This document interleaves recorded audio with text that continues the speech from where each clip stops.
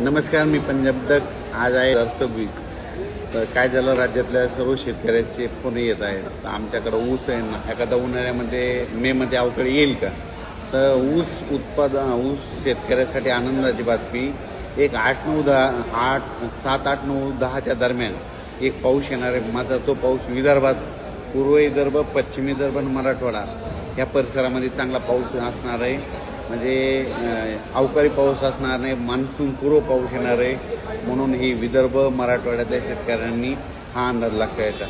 मग सांगायचं झालं तर 7 तारखेला म्हणजे नागपूर, वर्धा, भंडारा, गोंदिया, चंद्रपूर, यवतमाळ, वाशिम, हिंगोली, त्याच्यानंतर नांदेड, अकोला, अमरावती, परभणी ह्या पट्ट्यामध्ये काय होणार आहे, 7 तारखेला तिकडं ते अवकाळी मान्सूनपूर्व अवकाळी पाऊस येणार आहे.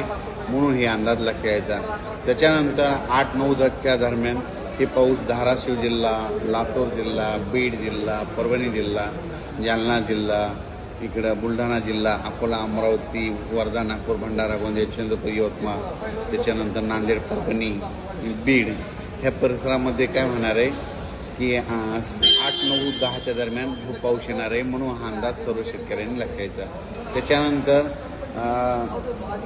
कडाष्टी, बीड त्या परिसरामध्ये 2, पुणे या परिसरात देखील 8, 9, 10चा हे मान्सूनपूर्व अवकाळी पाऊस येणार आहे. म्हणून हा अंदाज लक्षात घ्यायचा. त्याच्यानंतर कोल्हापूर जिल्हा, सातारा जिल्हा त्या परिसरात देखील हा अवकाळी पाऊस येणार आहे. म्हणून हा अंदाज लक्षात येतात. सर्वदूर पडणार नाही, पण भाग बदलत पडणार आहे. फक्त पाऊस मात्र पूर्व विदर्भ आणि पश्चिम विदर्भामध्ये तिकडे जास्त असणार आहे. मराठवाड्याकडे थोडं कमी होईल. लातूर जिल्ह्यात एक थोडा जास्त राहील. सोलापूर जिल्हा, लातूर जिल्हा, नांदेड जिल्हा, आदिलाबाद, तेलंगणात तिकडं जरा जास्त पडणार आहे पाऊस. हे अवकाळी पाऊस असणार आहे. म्हणून ऊसवाल्या शेतकऱ्यासाठी आनंदाची बातमी.